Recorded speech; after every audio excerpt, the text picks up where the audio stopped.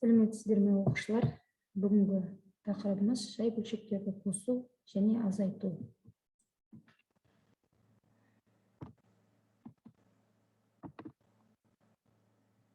Бүгінгі сабағымыздың мақсаты жай бөлшектерді ортақ бөлімге келтіру, бөлімдері бірдей бөлшектерді қосу және азайтуды орындау, бөлімдері әртүрлі бөлшектерді қосу және азайтуды орындау. Бірінші, бөлімдері бірдей бөлшектерді қосу үшін олардың алымдарын қосып алып, алым етіп жазып, сол бөлімнің өзін қалдыру керек. Яғни, қазір мына жерге жазатын болсақ, мысал ретінде, қараңыздар, егер бөлшек түрінде мына формула түрінде берілген с-дан а қосылған с-дан в тең с-дан а қосылған в. Бұл жалпы формула түрінде берілген. Егер бұған мысал келтіретін болсақ, 5-тен 1 қосылған 5-тен 3 бөлшегі берілген дейік. Енді осы жерде бөлшектердің бөліміне қарасақ, бөлімдері бірдей. Екі бөлшектің де бөлімі 5-ке тең. Яғни бөліміне 5 қоямыз, алымына 1 қосылған 3 деп жазамыз. Яғни тең болады 5-тен 4-ке. Түсінікті ме оқушылар? Яғни бөлшектердің бөлімдері бірдей бөлшектерді қосу үшін олардың алымдарын қосып, алым етіп жазып, сосын сол бөлімнің өзін қалдыру керек екен. Неге осы мысал арқылы түсінулеріңізге болады. Енді келесі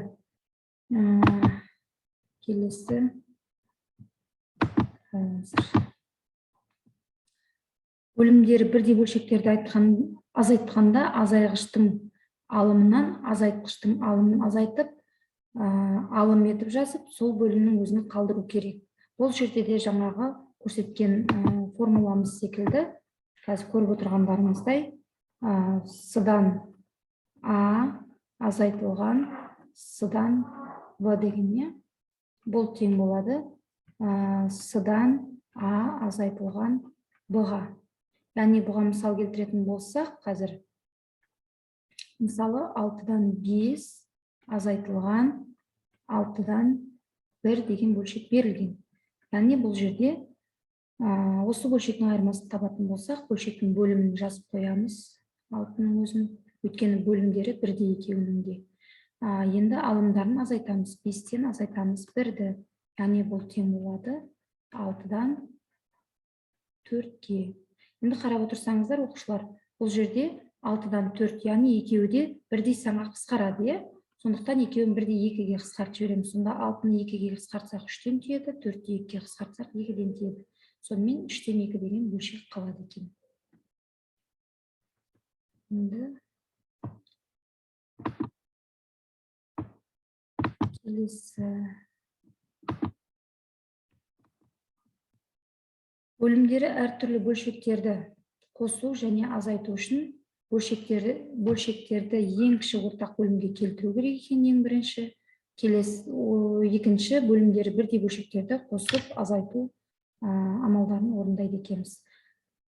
Мысалға, қазір мына жерге мысал алатын болсақ, мынандай бөлшек берілген. 12-ден 5, кешіріңіздер, қазір 12-ден 5 қосылған 15-тен 7 деген бөлшек берілген. Яғни біз не істейміз? Бұл жерде бірінші біз не істейміз? Ең кіші ортақ бөлімге келтіріп аламыз. Ең кіші ортақ еселігін табамыз. Яғни ең кіші ортақ еселігін табамыз.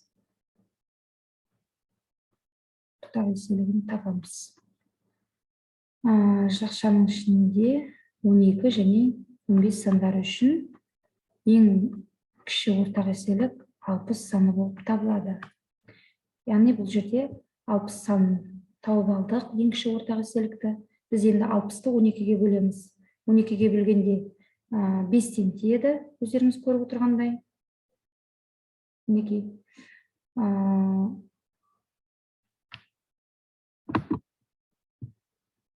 екіден 15-тен 7 бөлшегінде 60-ты 15-ке бөлгенде 4-тен тиеді екен. 60-ты 12-ге бөлсек 5-тен тиеді екен.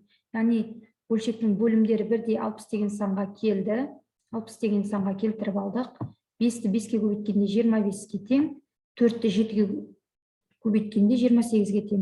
Яғни 60-тың өзін жазып аламыз бөлшектің бөліміне. 25 саны мен 28 санын қосамыз. Онда 60-тан 53 деген сан шығады екен.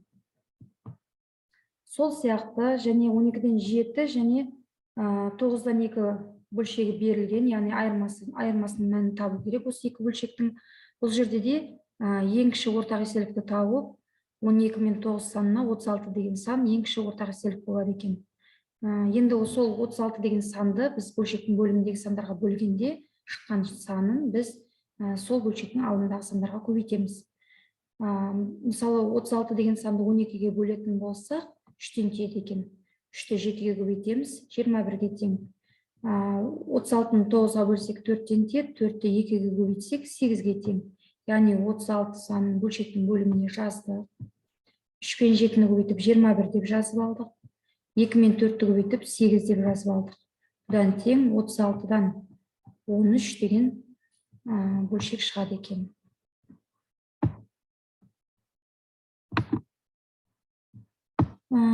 Қазір келесі.